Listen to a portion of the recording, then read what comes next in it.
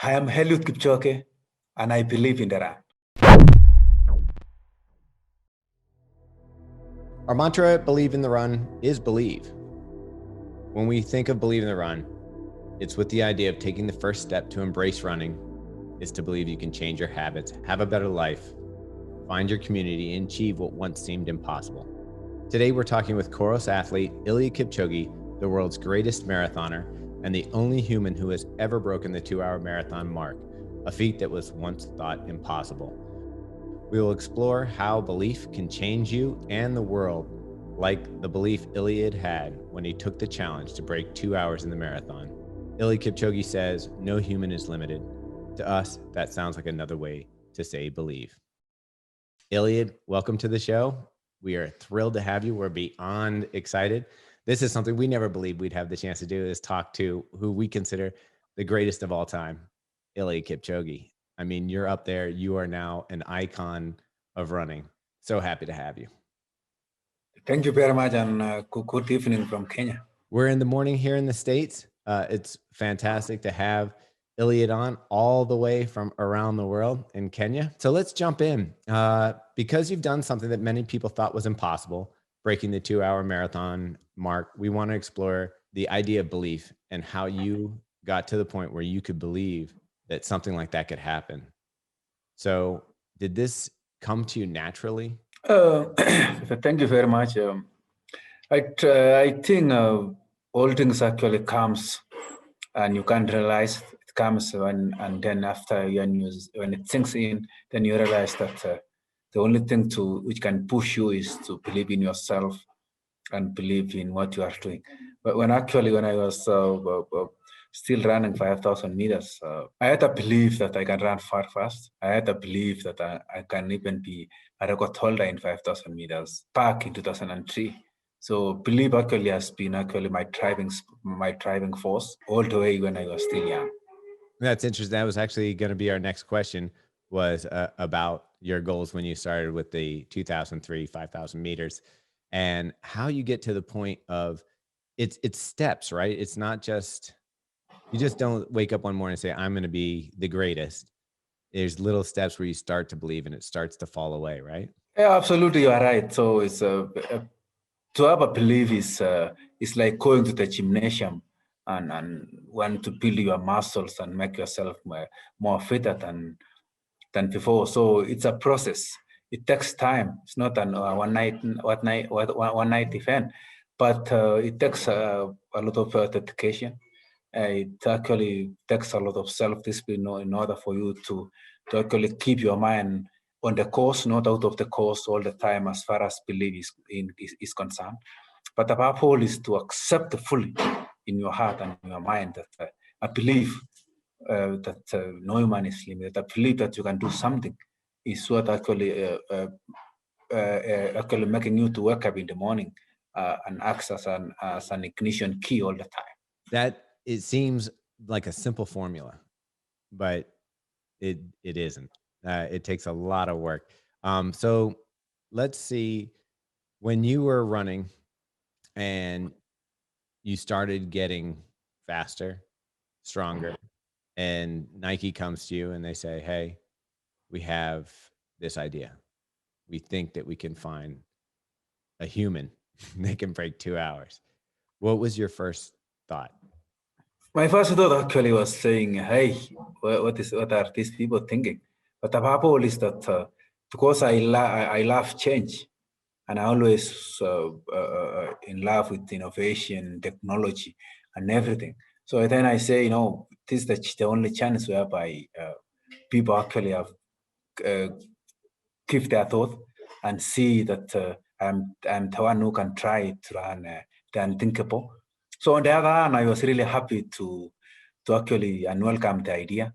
Remember, when the idea was there, it was after the Olympic Games in Rio, and Nike came in.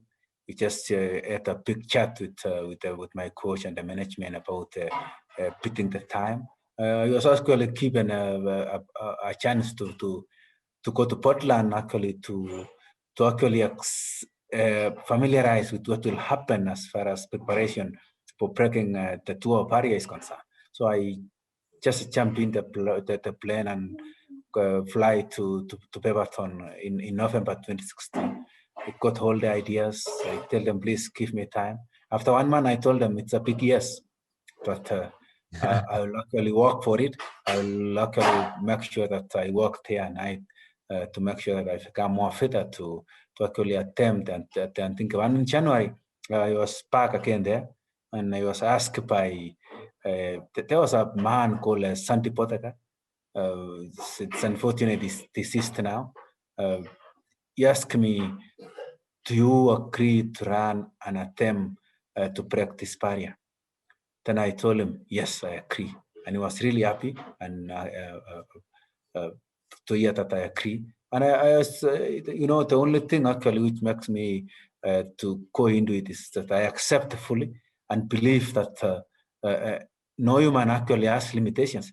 Let me try all my best to make sure that I practice barrier. So the news was good at the end of it, and I didn't know I will practice. I was like a boxer who was going to the ring, not knowing that either will be knocked down, either will be actually win by submission or actually by majority forward. So that's going free with a free mind, but with a lot of tension. But fortunately enough, the project was really very successful, and I came back home with 2 hours and 25 seconds. Yeah, that's actually it's really interesting that the way that you phrased it. You kind of had what we would call your first goal, second goal, and third goal there. And you're thinking to yourself, I'm going to do my best. That's the best. That's all I can do. And when we get into the ring, in this case, the ring being Monza track, Yes. you come out there. And I watched it again last night. I watched Breaking 2 again because I wanted to just be in the moment. What we're doing today, I was very excited. And you finish 25 seconds over. And we're talking about belief and how you get over hurdles and get to the next stop. Everybody in running has moments that aren't perfect, where you give your all and it comes up a little short and you question yourself. Did you question yourself after coming up 2025 2 hours and 25 seconds? Did you question yourself and think, maybe this isn't possible? Or were you like, I'm so close, I want to give this another shot? I was really happy for it, and I told myself, so I was really close. I did not actually think of any negative thing, but my happiness was running 2 hours and some few seconds up, and say, no, then this thing is actually possible. Then the whole night I was thinking that maybe in future also I will have to run under 2 hours before I go top the sport. So the 2 hours actually and 25 seconds gave me a big belief that everything is possible in this world, provided you accept by yourself and you put in practice. Yeah, I mean, seeing you on the ground at the end and you have a smile on your face. And I think one of the hallmarks of watching you run is the smile on your face. And I don't know if it's a smile of pain or if you're actually smiling out of happiness. Can you tell me, like, when we see you running with a smile, is that intentional? Let me tell you one thing, that if you want to actually run smoothly, then you need to enjoy the run. If you enjoy the run, you need to smile, just to get focused, run as easy, but you are running very fast, but it seems it's easy, but it's fast and it's hard, but you need to actually enjoy. And the only way to show the enjoyment is just smile and show an easy face. That's what I'm doing in order to enjoy run and get my targets. Well, it's always, I think, I'll watch you run and we'll see you smiling. And the first thing my wife will always say is, he's going insanely fast right now, pushing his body to the limit, and he's smiling.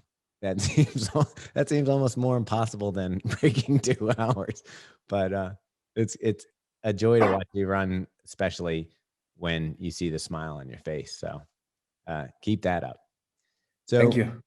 You finished that trial and you're 25 seconds over. And you've got to put new habits and new training and what you learned from the first attempt into now, you're going for a second attempt. When you are doing that, what were some of the things that you needed to change?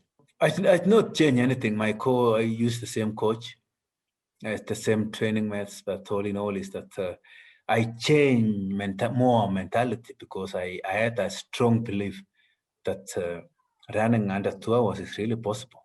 So I had a big and huge experience from Monza going forward to the next challenge. So I did not change anything, but only I change a little bit of my mind that this thing is possible.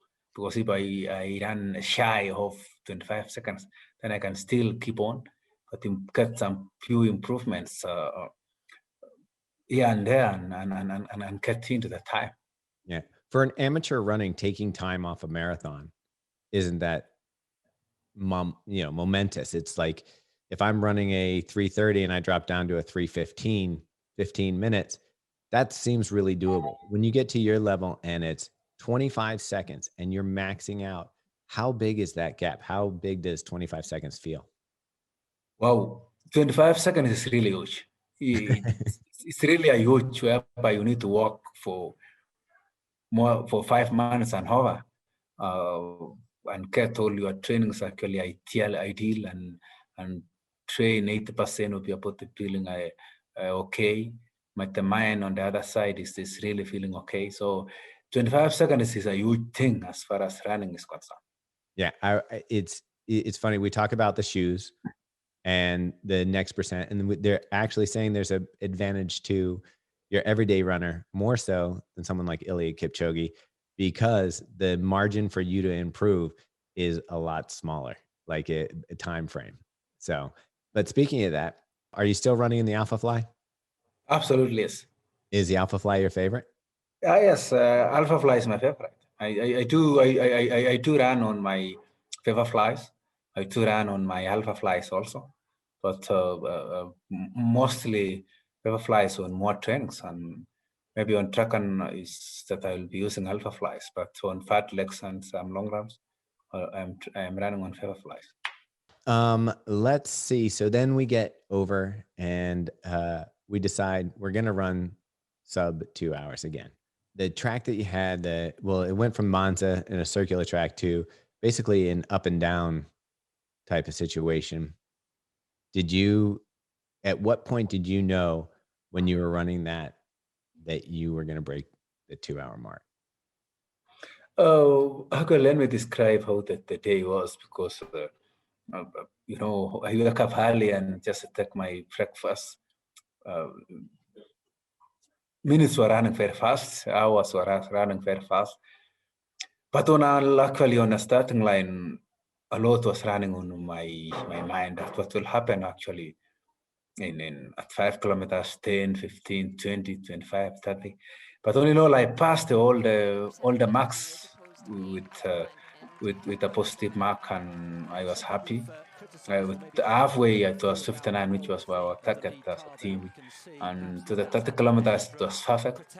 To that 5 kilometers or 3, that's where I actually got big morale that I will get it today. Because I saw the times, I feel my energy. Say, let me preserve the whole energy and I will get it. So at the mark of that 5, I was really sure. At 40 kilometers, I was very sure. So I had to keep on actually on the right time. Once you started feeling that you were going to get it, did it give you some sort of energy from inside, or were you like, I'm exhausted, but I can pull this off? No, I got a lot of energy from inside because I saw it, the time is there. I saw, when at 5 kilometers, I was 10 seconds, 10, 11 seconds inside. So I got a lot of energy and I told myself, no, I'll keep on all these 10 seconds. So you've done this, you've broken 2 hours. Yes. Are our goals over? Like what are our big dreams now? My big dream is that I'm still hungry of running very fast. I still want to run very fast again. I still want to improve the world record of 2:01.39. I still actually want to run even 2 hours flat, 2 hours in normal marathon. I'm still hungry of running Olympics at the end of the year and getting a gold medal. Yeah. And above all, I still want to inspire many people. I still want to perform well so that I can diffuse all over the world for people actually to love running, and we make this world a running world together. Yeah, it's funny, as far as inspiring people, I would say that you've done an amazing job. And you look at the world, you're right now going into the evening in Kenya. We're starting our day here on the East Coast of the USA. And it's the funny thing is I was talking to actually Coach Bennett from Nike, and we were talking about how he said, if you put everything out on the line in a marathon, you may not run as fast as Eliud Kipchoge. You will, though, feel the same crossing that finish line as he feels. It's something that unites us all. And Absolutely.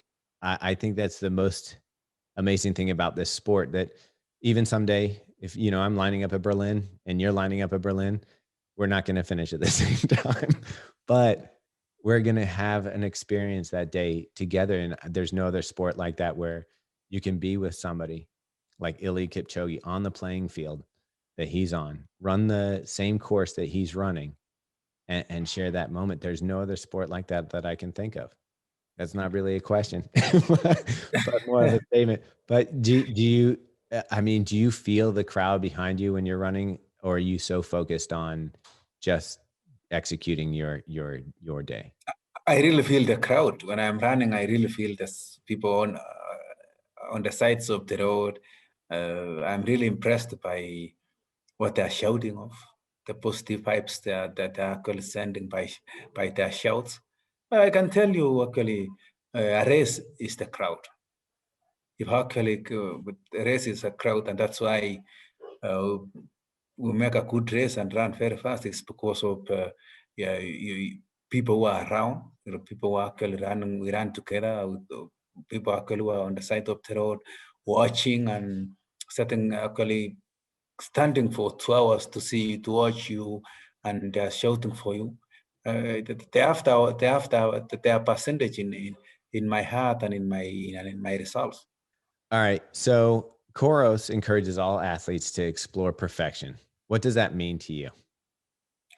It means running will be more satisfactory ever. As COROS actually is rallying for all the runners to, they are taking them to perfections. If you are perfect, then you are satisfied. So it means all the runners who will be using COROS watches will be more satisfied than ever. Reason number one is they will be wearing the latest watch ever, like the one I am using. The beauty of this, that's why I'm saying satisfaction is that the beauty of COROS is the battery. Yes. You can go to trails for 2 weeks and you can charge. That's the beauty. And that's what makes runners satisfied with their workouts. That's what I mean. I mean, runners will actually love running. Runners will enjoy running more. Runners will get data. Runners will get their maps inside the watch, seeing. Runners will actually connect with their iPhones and see where they have been going slow, where they have been going fast, and how hard was the terrain. And above all, when you are running at night with COROS, you can just see the watch and it blinks and you can just go on. So it will actually make all runners more satisfied than ever. Yeah. I thank God for it. I'm guessing your coaches like to have the data as well and to go over the data, probably more so than you do. Yes. You can share with your manager, with your coach, and everything, and you can just have an app, and you can share with the people, and they can see what you are doing. They can give you a perfect advice. You can see what's happening in your body. So it's one thing at a time which will make people actually to be comfortable. You can sit in your room after running and see what is happening in your body. You can see if you want to check how high or how low the terrain or the road was, then it's just one click. So when you're not training, when you're just maintaining mileage or something, what are some things that you like to do to bring some fun into your running routine? Yeah, when I'm not training, I listen to music. When I'm not training, actually, personally listen to music and stay with my family. And above all, I like sometimes I'm being invited to talk to the youth. My main agenda, which is in front of my head, is to mentor the next generation about running. Running is not about the results. Running is enjoying life. Running is health. Running is what makes us together. Running is what brings peace. Running is what actually unites all the human in this world, and that's what I'm enjoying. I want to tell you for free that running will rule the world. And after ruling the world, we can all enjoy this world. Yeah. So that brings up two questions for me. So Yes. first off, give me a couple of musicians that you're listening to. I will give you the best one, which I always listen. Kelly Clarkson. Kelly Clarkson. Yes. Kelly Clarkson. That's my favorite. That surprised me. That's my favorite because, all the generation was thinking that if you run under 2 hours, you will die. But Kelly Clarkson says, what cannot kill you makes you stronger. There we go. This is amazing. This is going to blow people's mind. This is the best. All right. Kelly Clarkson. I don't even listen to Kelly Clarkson. I'm putting her on my playlist now. You just put it, that one is the best one. And then the second thing I had was, obviously, for Kenya, running is in the blood. It's part of the culture. Yes. You said you're reaching out to the youth and trying to encourage them to maybe dream outside of their possibilities. Is there any athletes in Kenya right now that you're going to say, hey, 5, 10 years from now, this is the girl or boy that is going to be, taking that next step and taking your torch? I'll give you 2 athletes. Okay. A boy and a girl. Perfect. A boy is Geoffrey Kamworor. A girl is Faith Kipchoge. So Kelly Clarkson, we've got 2 runners from Kenya. You wouldn't know if they're on Instagram, would you? And then you say that no human is limited. You've proved that with the sub 2 hour. Where do you think the goals are for the next generation? I hope and trust that I have shown the way to millions and billions of youth around the world. When Roger Bannister on 6th of May 1954 ran under 4 minutes in a mile, people actually got shocked. But you know what happened? 2 weeks down the line, 14 people ran under 4 minutes. Which shows that actually Roger Bannister showed them the way. I have shown the billions and millions of youth around the world that running 2 hours, under 2 hours is possible. I expect a lot of athletes to come near the 2 hour mark or even run under 2 hours in the near future. Yeah. That's the door that opens when people believe. And the Absolutely. thing is, it takes a pioneer or somebody like you who can break through that door of unbelief and make it real. And it's amazing. That's the first thing I said to my wife. I said, once he's broken this, we might see multiple people now believe that it's possible and go after it and achieve it. So far though, you're the only Roger Bannister out there. So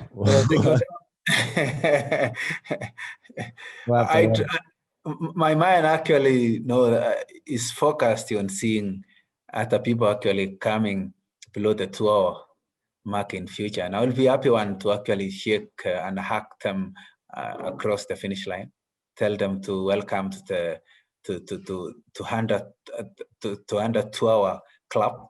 I will be the happiest man. They got to make a jacket and form a club. Yeah, that'd be great. So your next race, is it going to be Tokyo or is there another marathon before Tokyo? For now, it's Tokyo, but we never know because the world has a lot of opportunities, huge opportunities around the world, despite despite the pandemic. Actually, I trust the world will come together, and I will have to race before Olympics, and and actually test my body and run as fast I can before that's like a home up towards Olympic Games. Yeah, I'm sure if you say, "Hey, it's Eliud Kipchoge, Nike, can you throw a race for me?" and they'd be like, "Yeah, sure, we'll do that for you." I'll try my best to convince all the partners. Yeah, there you go. That's it. You got COROS, Nike, everybody. Let's have Yes, a race. COROS will be my best timer. So Yeah, I mean, it would be simple. Like, we could just do a invitation only. Everybody gets yes. tested. Yeah, we can get it going. I'll work on the team. How many Alphaflys do you go through in a year? Maybe 8. 8? That's Yes. a pretty good number. And Yeah. when do you feel you need a new pair? Can you tell when they're dying out? When the sole is out, then I'll need a new pair. So for now, I have 2 pairs Alphaflys, two pairs Alphaflys for training, and that's I'll use them for only 2 months and get a new one. Our terrain actually is rough with a lot of stones and everything. So the sole is there is wear and tear as far as sole is concerned, and we need to have a lot of shoes. Yeah, on that Zoom X. Do you wear other trainers other than Alphafly and X%? Do you wear like a Pegasus or? Yes, absolutely. Yes, I wear all the shoes. I use per week about 5 or 6 pairs. I wear the Pegasus. For now, I wear the Pegasus at 7. I wear the Pegasus at 6 trails. But from this week, I got a new Pegasus Trail 2, which I think is the best shoe for trail. It's a trail shoe. So I'm training with the trails, with the Pegasus, with Fomero, with actually, we call it Nike Free and Nike React.